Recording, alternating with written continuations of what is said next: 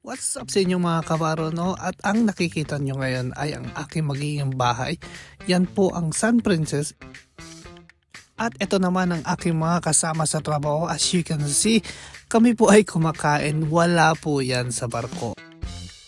Yan po ay nasa isang village na malapit po sa shipyard. So ang barko po namin ay hindi pa po 100% ready. Kaya po kami nakastay sa isang village muna at nagbabas lang kami papunta sa barko. Kaya pala may nagpapa-shoutout o shoutout? Hi, shoutout to my family. Artista na! Artista na ako!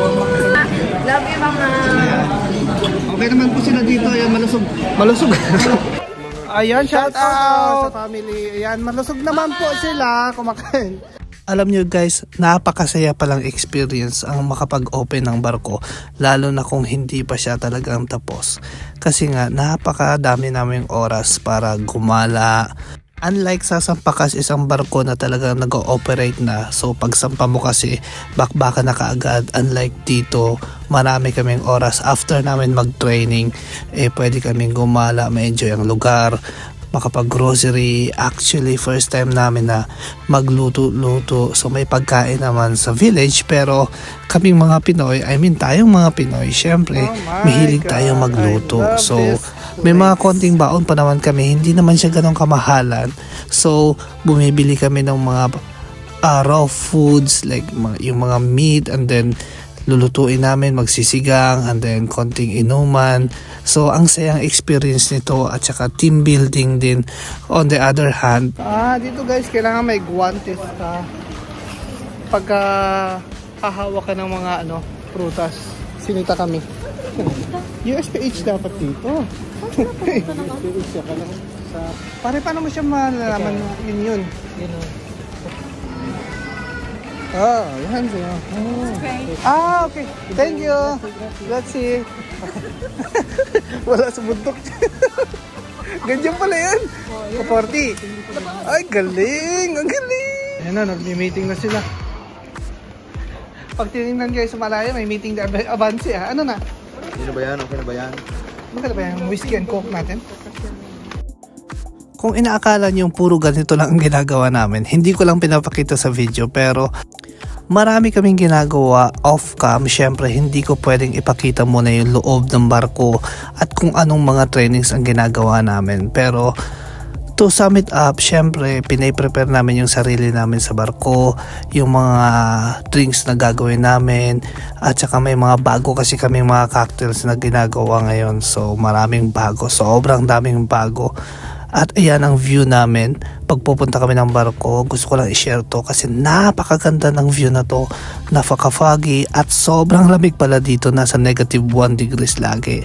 So, itong part na to gusto ko ipakita sa inyo kung ano yung papasok papuntang barko. So this is the shipyard. Kumbaga dyan ginagawa yung mga barko. Actually may barkong katabi, may barkong ginagawa sa tabi namin. So hindi ko pa pwedeng ipakita sa inyo yung full tour ng barko, pero eventually papakita ko rin sa inyo. As you can see, yan yung likod ng barko. Around 80% na rin siyang gawa at that time. So ngayon babalik kami sa barko para mag-training and to do all the things that we need to do para ma-prepare ang barko. Actually guys, napaka-exciting ng kontrata ko ngayon kasi nga I was chosen to be a part of isang concept na hindi ko pa siya pwedeng i-share. Soon ipapakita ko sa inyo guys, sobrang ganda.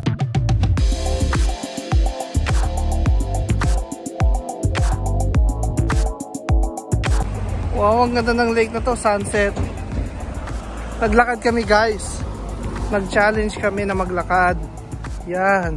Halos 20,000 steps na kami. Grabe. At nang pauwi na kami ng village, ayan, sinama ko sila sa trip ko kasi gusto ko talaga maglakad. At may experience yung scenery sa aming dinadaanan tuwing sumasakay kami ng bus. At ang ending, nagsisi kami kasi naka-safety shoes kaming lahat. At ang sakit pala sa paa, sobrang ilang kilometro yung nilakad namin. Sobrang sakit ng paa namin yan at ayaw na nilang ulitin. Kamusta mga paa natin? Nanginig. Mag-kart na tayo? Kuya, patid. At hanggang dito na lang muna ang ating short video na to. Yun lang muna ang makakwento ko sa inyo, and I'll tell you more soon. So I'll see you guys next time. Ciao! Drinks! Yeah, 5 euro. Kanin. Wala na kondom-kondom, walang uso yan. Ay, sus. Pwede ba yun hindi ano? Uy, nagbablog na rin. Nagbablog, nakikita. Nag-uusapan namin asawa niya darating. Nirerentahan yan. 5 euro per hour. 5 euro per hour. Ganda nito, be. Oh, ang lambot oh. Ang lambot oh.